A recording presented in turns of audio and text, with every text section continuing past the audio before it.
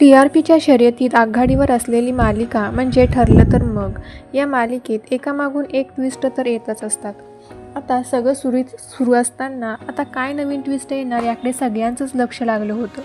तर 1 ऑगस्टला एक नवीन ट्विस्ट येत आहे. तो म्हणजे सायलीचं डोहाळे जेवण असतानाच पोलीस तिला पकडून जेलमध्ये नेतात. आश्रमातील अल्पवयीन मुलींच्या तस्करीबद्दल सायलीला अटक करतात.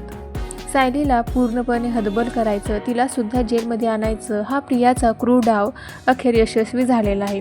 सगळे सुभेदार यावेळी खचून जातात, कारण सायलीने काहीच केलेलं नाही याची त्यांना 100% खात्री आहे. सायली आणि प्रियाला एकाच जेलमध्ये ठेवलं जातं. प्रिया सायलीला म्हणते की तुम्हा दोघांचंही इथे स्वागत आहे. आता खेळ सुरू झालाय.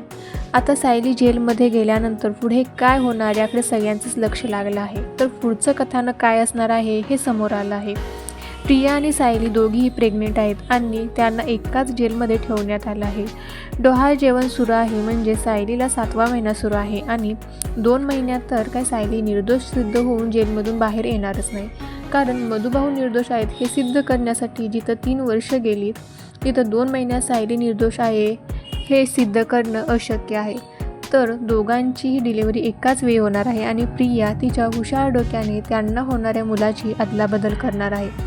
तर प्रियाचं बाळ सुभेदारांच्या घरी श्रीमंतीत वाढणार आहे, जे प्रियासारखंच असणार आहे घमेंडी. आणि सायलीचं बाळ प्रियाकडे गरिबीत वाढणार आहे. आणि ही स्टोरी रटाळवाणी सुरू झाली की येणार आहे ते म्हणजे लीप वर्ष. तर ही आहे ठरलं तर मग याचे पुढचं कथानक.